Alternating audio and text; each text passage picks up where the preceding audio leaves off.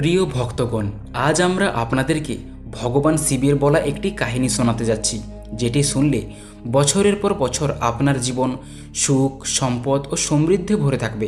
তাহলে চলুন গল্পটি শুরু করা যাক। ভগবান শিব বলছেন, বুদ্ধিমান ব্যক্তি তার এই 10টি গুণের কথা কখনো কাউকে বলে না, এবং সেই 10টি গুণ যেই মানুষের ভেতর থাকবে সেই মানুষকে কেউ কখনোই বোকা বানাতে পারবে না এবং সব কাজে সে সাফল্য পাবে।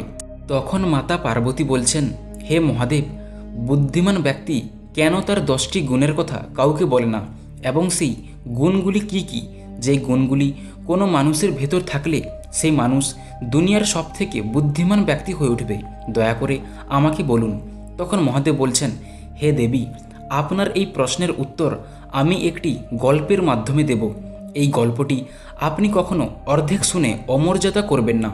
এটি সম্পূর্ণ শুনলেই যে কোনো মানুষ তার ইচ্ছা অনুযায়ী ফললাভ করতে পারে, তাই অবশ্যই গল্পটি সম্পূর্ণ মনোযোগ সহকারে সম্পূর্ণ শুনুন। ভগবান শিব বলা শুরু করলেন, অনেক দিন আগের কথা, একটি রাজ্যে আদিত্য প্রতাপ নামে একটি রাজা ছিলেন, এবং তিনি একদিন তার মন্ত্রীকে জিজ্ঞেস করছেন, হে মহামন্ত্রী, আপনার কি মনে হয় আমি কি এই রাজ্যের সবথেকে বুদ্ধিমান ব্যক্তি? তখন মন্ত্রী মনে মনে ভাবলেন যে যদি আমি না বলি তাহলে রাজা আমাকে এক্ষুনি আমার চাকরি থেকে বের করে দেবে। তাই মন্ত্রী অনেক ভেবে রাজাকে বলল, হে মহারাজ, এ আপনি কি বলছেন? আপনি এই নগরের রাজা, তাই সেই অনুসারে আপনি এই নগরের সবথেকে বুদ্ধিমান ব্যক্তি। তখন রাজা বললেন, হে মহামন্ত্রী, এই রাজ্য আমি আমার বাবার কাছ থেকে পেয়েছি, কিন্তু বুদ্ধি না, এটি সম্পূর্ণ ব্যক্তিগত। তাই সত্যি করে বলুন, আমি কি সত্যিই এই রাজ্যের সবথেকে বুদ্ধিমান ব্যক্তি? তখন মন্ত্রী একটু চুপ করে থেকে বলল, না মহারাজ, আপনি এই নগরের সবথেকে বুদ্ধিমান ব্যক্তি নন। তার এই কথা শুনে মহারাজের একটু রাগ হলো, কিন্তু তিনি রাগ করলেন না, কারণ তিনি জানতেন বুদ্ধিমান ব্যক্তিরা কখনো রাগ করে না। তারপর তিনি মন্ত্রীকে জিজ্ঞেস করলেন, তাহলে আমাকে বলুন যে বুদ্ধিমান ব্যক্তিরা কী রকম হয় এবং তাদের ভিতর কী গুণ থাকে। রাজার এই কথা শুনে মন্ত্রী বললেন, দেখুন মহারাজ, আমি তো কোনো বুদ্ধিমান ব্যক্তি নই, তাই আমি জানিও না যে বুদ্ধিমান ব্যক্তির ভেতর কী গুণ থাকে। তার চেয়ে আমাদের নগরে অনেক বুদ্ধিমান ব্যক্তি আছে, তাদেরকে আমাদের খুঁজে বের করতে হবে, দিলে আপনি জানতে পারবেন যে বুদ্ধিমান ব্যক্তির ভেতর কী গুণ থাকে। তখন মহারাজ বললেন, ঠিক আছে, কিন্তু তাদেরকে খোঁজার কি দরকার? আমি এই নগরের রাজা, তাই আমার আদেশে এক্ষুনি নগরে ঢাক পিটিয়ে দাও এবং বলে দাও এই রাজ্যের সবথেকে বুদ্ধিমান ব্যক্তিকে আমার সঙ্গে দেখা করতে, যে রাজা তাকে ডাকছে। তখন মন্ত্রীমশাই বলছেন, হে মহারাজ, বুদ্ধিমান ব্যক্তি কখনোই নিজেকে বুদ্ধিমান বলে প্রকাশ করে না, তাই যদি আপনি রাজ্যে ঢাক পিটিয়ে দেন তাহলে আমাদের রাজমহল মূর্খতে ভরে যাবে, এবং সমস্ত মূর্খ নিজেকে বুদ্ধিমান বলে দাবি করবে, কারণ একমাত্র মূর্খরাই নিজেকে বুদ্ধিমান বলে প্রকাশ করে, এবং সেই সব মূর্খরা এখানে এসে আপনাকে উল্টো পাল্টা বলতে লাগবে, যার দ্বারা আপনার কোনো কাজই হবে না। এই কথা শুনে মহারাজ বলছেন, হে মহামন্ত্রী, তাহলে এমন কি কোনো উপায় রয়েছে যার দ্বারা আমরা এই নগরের সবথেকে বুদ্ধিমান ব্যক্তিকে খুঁজে বের করতে পারি? তখন মন্ত্রী বলছেন, হে মহারাজ, আমাকে একটু সময় দিন, আমি আপনাকে ভেবে বলছি এর সমাধান কি হতে পারে। এবং মন্ত্রী ভাবতে লাগলেন যে কিভাবে এই রাজ্যের সবথেকে বুদ্ধিমান ব্যক্তি স্বয়ং রাজার কাছে এসে ধরা দেবে। এবং মন্ত্রী সারা দিন ও সারা রাত ভেবে একটি ভালো উপায় বার করল, এবং তার পরের দিন মহারাজকে গিয়ে বলল, হে মহারাজ, আমি আপনার সমস্যার সমাধান করেছি এবং এমন একটি উপায় বার করেছি যার দ্বারা আপনি খুব সহজেই এই রাজ্যের সবথেকে বুদ্ধিমান ব্যক্তিকে খুঁজে পাবেন। তখন মহারাজ বললেন, হে মহামন্ত্রী, দয়া করে আমাকে সেই উপায় বলো যার দ্বারা আমি এই রাজ্যের সবথেকে বুদ্ধিমান ব্যক্তিকে খুঁজে পাব। তখন মন্ত্রী বলছেন, হে মহারাজ, আপনি এক্ষুনি নগরের ঢাক পিটিয়ে দিন এবং বলে দিন যে যদি কোনো ব্যক্তি রাজার কাছে এসে এমন কোনো কথা বলতে পারে যেটি রাজা আগে কখনো শোনেননি, তাহলে সেই ব্যক্তিকে মহারাজ 1000টি স্বর্ণমুদ্রা প্রদান করবেন। এই কথা শুনে রাজা বলছেন, হে মহামন্ত্রী, তুমি কি আমাকে ভিখিরি বানাতে চাও? এমন তো অনেক কথা আছে যেটা আমি শুনিনি, এবং যদি রাজ্যের সমস্ত ব্যক্তি এসে আমাকে এমন কোনো কথা বলে যেটা আমি আগে শুনিনি, তাহলে তো প্রত্যেককে 1000টি স্বর্ণমুদ্রা দিতে হবে এবং এর দ্বারা তো কিছুই প্রমাণ হবে না যে সেই ব্যক্তিটি আসলেই বুদ্ধিমান। তাহলে আমি সবথেকে বুদ্ধিমান ব্যক্তিকে খুঁজে পাবো কি করে? তখন মন্ত্রী বলছেন, হে মহারাজ, এরও একটি উপায় রয়েছে। যখনই কোনো ব্যক্তি এসে আপনাকে এমন কোনো কিছু কথা বলবে যেটা হয়তো আপনি শোনেননি, কিন্তু আপনি তাকে বলে দেবেন যে এই কথাটি আপনি আগে শুনেছেন, তখন আপনাকে আর 1000টি স্বর্ণমুদ্রা দিতে হবে না। কিন্তু যখনই এমন কোনো ব্যক্তি এসে আপনাকে আপনারই কথার জালে জড়িয়ে ফেলবে এবং আপনাকে বলাতে বাধ্য করবে যে এই কথাটি আপনি সত্যিই আগে কখনো শোনেননি, তখন আপনি বুঝে নেবেন যে সে এই রাজ্যের সবথেকে বুদ্ধিমান ব্যক্তি। মন্ত্রীর কথা শুনে রাজা তখনই নগরে ঢাক পিটিয়ে দিল এবং সবাইকে বলে দেওয়া হলো যে যদি কোনো ব্যক্তি রাজার কাছে এসে এমন কোনো কথা বলতে পারে যেটা রাজা আগে কখনো শোনেননি, তাহলে মহারাজ সেই ব্যক্তিকে 1000টি স্বর্ণমুদ্রা প্রদান করবেন। এই কথা শোনা মাত্রই রাজ্যের বিভিন্ন জায়গা থেকে লোক আসতে থাকে এবং রাজাকে একটা করে কথা বলে যায়। প্রথম আসা ব্যক্তি বলছে যে কিভাবে তার পরিবার আগে অনেক ধনী ছিল, কিন্তু তার ঠাকুরদা অত্যন্ত অহংকারী একজন ব্যক্তি ছিলেন।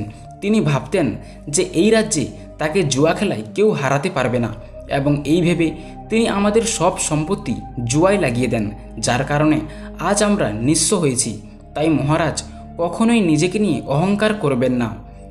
দ্বিতীয় ব্যক্তি এসে বলছে কিভাবে সে লোভ ও মোহে পড়ে নিজের পরিবারের সর্বনাশ করেছে। তাই সে মহারাজকে বলছে, মহারাজ কখনোই কোনো জিনিস নিয়ে অতিরিক্ত লোভ ও মোহ রাখবেন না, এটাই আপনার সর্বনাশের কারণ হতে পারে। এরপর তৃতীয় ব্যক্তি এসে বলছে কিভাবে তার পিতা তাদেরকে কত কষ্ট করে বড় করেছে, তাই পিতা সবথেকে মহান, পিতাকে কখনো কষ্ট দিতে নেই। এইভাবে অনেক ব্যক্তি এসে মহারাজকে কিছু জানা ও অজানা কথা বলে চলে যায়, কিন্তু রাজা সবাইকে বলতে থাকেন যে এই কথাটি তিনি আগের বছর শুনেছেন বা এই কথাটি তিনি তার পিতার কাছে শুনেছেন এবং এইভাবে অনেক লোক এসে চলে যায়, কিন্তু মহারাজকে আর কাউকেই 1000টি স্বর্ণমুদ্রা দিতে হয় না। এই রকম করতে করতে একটি দিন কেটে গেল, কিন্তু মহারাজ সেই রকম কোনো ব্যক্তিকে পেলেন না যার কথাতে বোঝা যাবে সে খুব বুদ্ধিমান ব্যক্তি।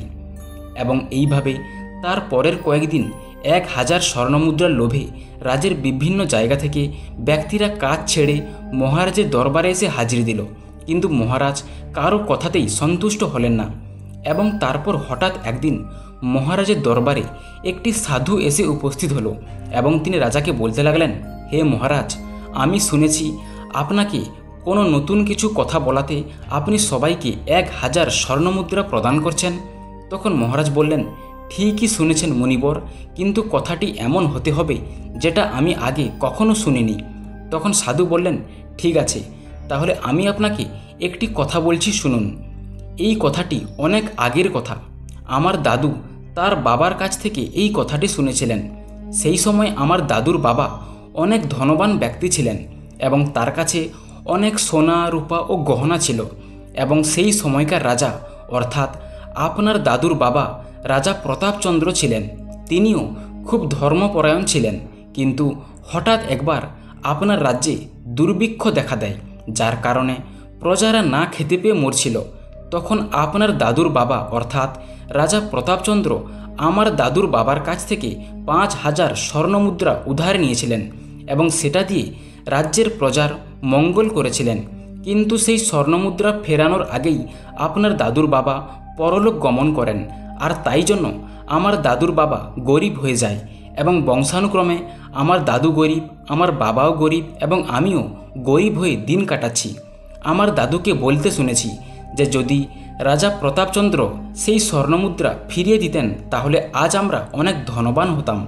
কিন্তু আমি জানতাম যে যদি আমি এসে আপনাকে সেই স্বর্ণমুদ্রার কথা বলি তাহলে আপনি আমাকে সেই স্বর্ণমুদ্রা ফেরত দিতেন না, কারণ আপনি এই কথা আগে কখনো শোনেননি। তাই আমিও সেই স্বর্ণমুদ্রা ফেরত পাবার ব্যাপারে কোনোদিন আপনাকে কিছু বলিনি। কিন্তু আজ হঠাৎ যখন আমি শুনলাম যে আপনি নতুন কিছু কথা বলার জন্য সবাইকে 1000 স্বর্ণমুদ্রা দিচ্ছেন, তখন আমি এই কথাটি বলতে এলাম যাতে আপনি আপনার পরিবারের অনেক পুরনো কথা জানতে পারেন। সাধু যখন তার কথা বলা শেষ করলো তখন মন্ত্রী রাজার দিকে তাকালো এবং মনে মনে ভাবতে লাগলো যে এই সাধুই এই রাজ্যের সবথেকে বুদ্ধিমান ব্যক্তি, কারণ সে রাজাকে তার কথার জালে জড়িয়ে নিয়েছে। এখন যদি রাজা বলে যে আমি এই কথা আগে কখনো শুনিনি, তাহলে এক্ষুনি শর্ত অনুযায়ী তাকে 1000 স্বর্ণমুদ্রা দিতে হবে।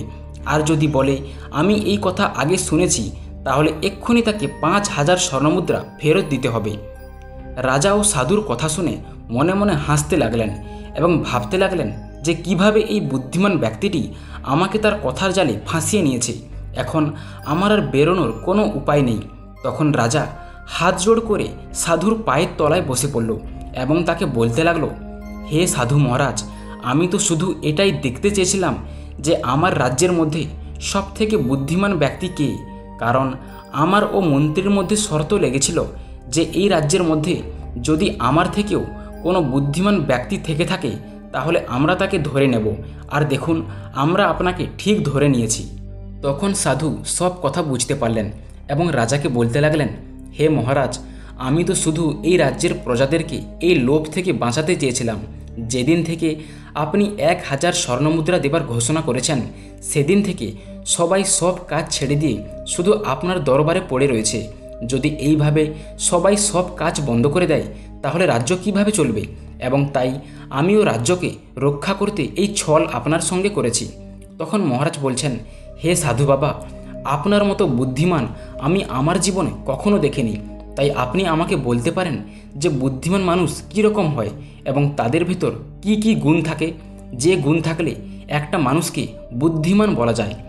তখন সাধু বলছেন, হে মহারাজ, বুদ্ধিমান মানুষকে চেনা খুবই মুশকিল ব্যাপার, কারণ বুদ্ধিমান ব্যক্তি ও মূর্খ ব্যক্তি দুজনেই একই দেখতে, কিন্তু বুদ্ধিমান ব্যক্তির ভেতর এমন কিছু গুণ রয়েছে যার দ্বারা আপনি খুব সহজেই তাকে চিনতে পারেন।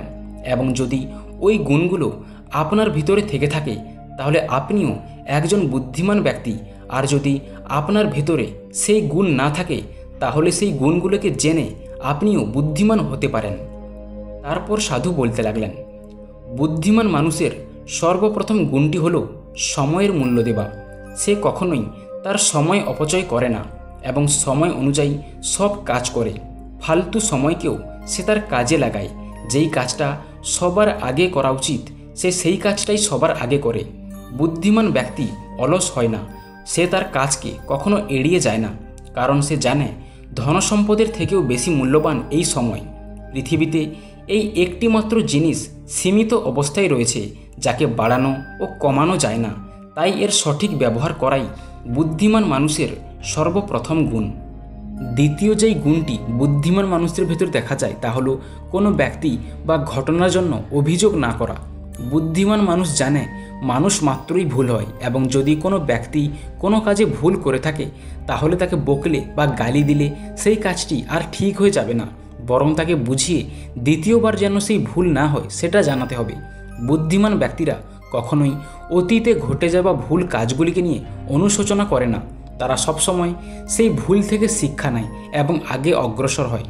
ঘটে যাওয়া ঘটনা নিয়ে যারা বারবার চিন্তা করে ও ভাবতে থাকে তারা মূর্খের পর্যায়ে পড়ে, কিন্তু বুদ্ধিমান ব্যক্তিরা কখনোই ঘটে যাওয়া কোনো ঘটনা নিয়ে দুঃখ বা চিন্তা করে না। তৃতীয় যে গুণটি বুদ্ধিমান ব্যক্তির ভেতর থাকে তা হলো তারা কখনোই অতিরিক্ত রাগে বা অতিরিক্ত খুশিতে কোনো সিদ্ধান্ত নেয় না, কারণ তারা জানে রাগের ভেতর নেওয়া সিদ্ধান্ত কখনোই আমাদের জন্য ফলদায়ক হতে পারে না। রাগের সময় আমাদের মস্তিষ্ক শান্ত থাকে না, যার কারণে তখন আমরা যে সিদ্ধান্ত নেই সেটি আমাদের দুঃখের কারণ হতে পারে। আর অন্যদিকে যখন আমরা বেশি খুশি থাকি তখন আমাদের শরীর উত্তেজিত থাকে এবং সেই সময় নেওয়া সিদ্ধান্ত আমাদের পরে আফসোস করাতে পারে। তাই কখনোই এই দুটি সময়ে কোনো সিদ্ধান্ত নেওয়া উচিত নয়।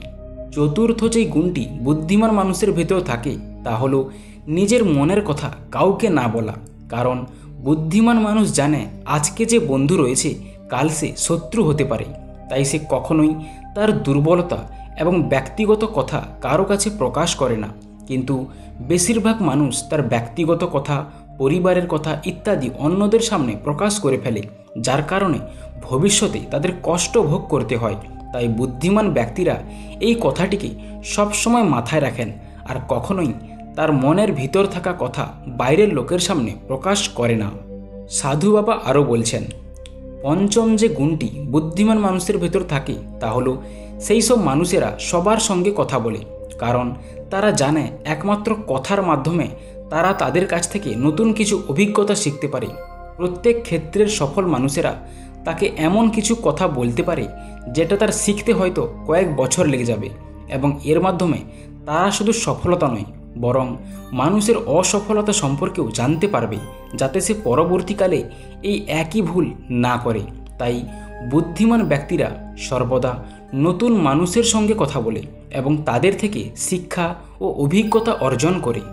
ষষ্ঠ যেই গুণটি বুদ্ধিমান মানুষের ভেতর থাকে তা হলো তারা যদি কোনো কাজ শুরু করে তাহলে তা শেষ না হওয়া পর্যন্ত কাউকেই সে কথা বলে না, কারণ তারা জানে যদি সে এই কাজটিতে অসফল হয় তাহলে সবাই তাকে নিয়ে হাসাহাসি করবে।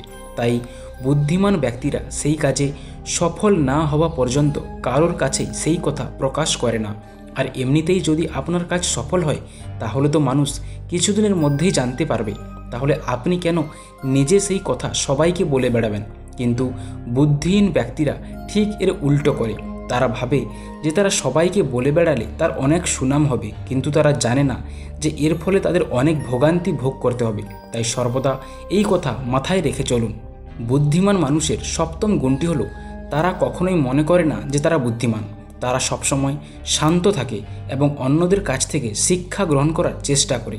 কিন্তু একজন মূর্খ ব্যক্তি সবসময় নিজেকে বুদ্ধিমান বলে চালানোর চেষ্টা করে এবং বাকিদের জ্ঞান দিতে থাকে, কিন্তু বুদ্ধিমান ব্যক্তি কখনোই সামনে থেকে এটা করে না। সে সবসময় বাকিদের কাছ থেকে কিছু নতুন তথ্য জেনে নেবার কৌশল বার করে, কারণ পৃথিবীতে কিছু জানতে হলে আপনাকে ছোট হয়েই শিখতে হবে, অহংকারী হয়ে নয়।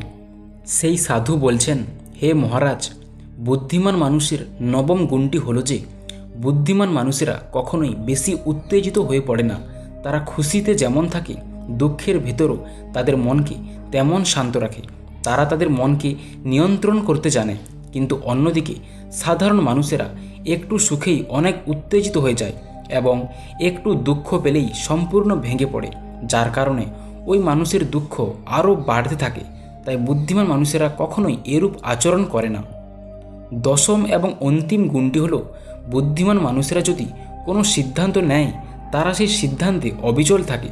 যে কোনো পরিস্থিতি এসে যাক না কেন তারা সেই সিদ্ধান্ত থেকে সরে আসে না যতক্ষণ না তারা সেই কার্যকে সম্পূর্ণ করছে। কিন্তু মূর্খ ব্যক্তিরা কখনো নিজেকে দেওয়া কথা রাখতে পারে না। সে সবসময় কথা ভঙ্গ করে এবং নিজেকে আবার কথা দেয়, আবার কথা ভঙ্গ করে। কিন্তু বুদ্ধিমান ব্যক্তিরা সবসময় ওই একই নিয়ম মেনে চলে এবং নিজেকে দেওয়া কথা কখনো ভঙ্গ করে না। এই বলে সেই সাধু মহাত্মা তার কথা শেষ করলেন। তখন রাজা ও মন্ত্রী সেই সাধুকে প্রণাম জানালেন এবং স্বর্ণমুদ্রা নেবার জন্য অনুরোধ করলেন, কিন্তু সাধু মহাত্মা সেটিকে বর্জন করে সেখান থেকে প্রস্থান করলেন। এবং এই বলে মহাদেব তার কাহিনীও শেষ করলেন। তো বন্ধুরা, কাহিনীটি বলতে বলতে যদি কোথাও ভুল হয়ে থাকে তাহলে ক্ষমা করে দেবেন এবং কমেন্টে অবশ্যই হর হর মহাদেব ও মাতা পার্বতীর নাম লিখে যাবেন। এবং এই রকম কাহিনী আরও শুনতে আমাদের চ্যানেলটিকেও অবশ্যই সাবস্ক্রাইব করে যাবেন।